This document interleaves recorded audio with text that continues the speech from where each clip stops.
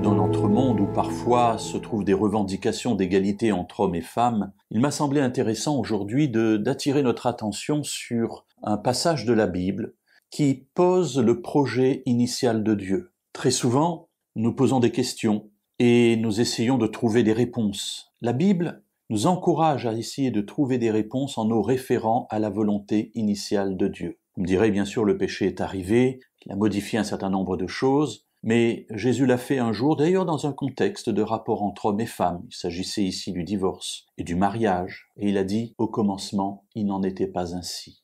Alors au commencement, quels sont les rapports entre hommes et femmes ? Intéressant de voir que dans le livre de la Genèse, au chapitre 1er et au verset 27, la Bible dit « Dieu créa l'homme à son image ». Alors ici, ça n'est pas le mâle, c'est l'humain. Il crée l'humain à son image.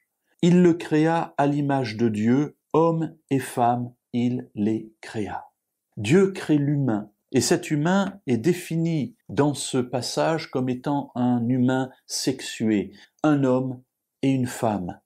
Tous les deux sont créés à égalité dans ce passage, à l'image de Dieu.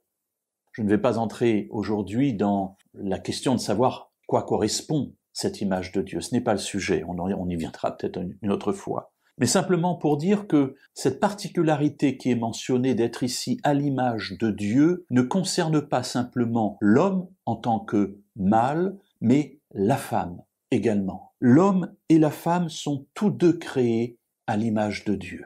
Mes amis, cette idée va transparaître aussi dans le chapitre 2, où il y aura des choses magnifiques qui sont dites sur le couple. Mais peut-être pour aujourd'hui simplement garder cette réflexion. Lorsque je suis un homme, je ne suis pas supérieur à la femme.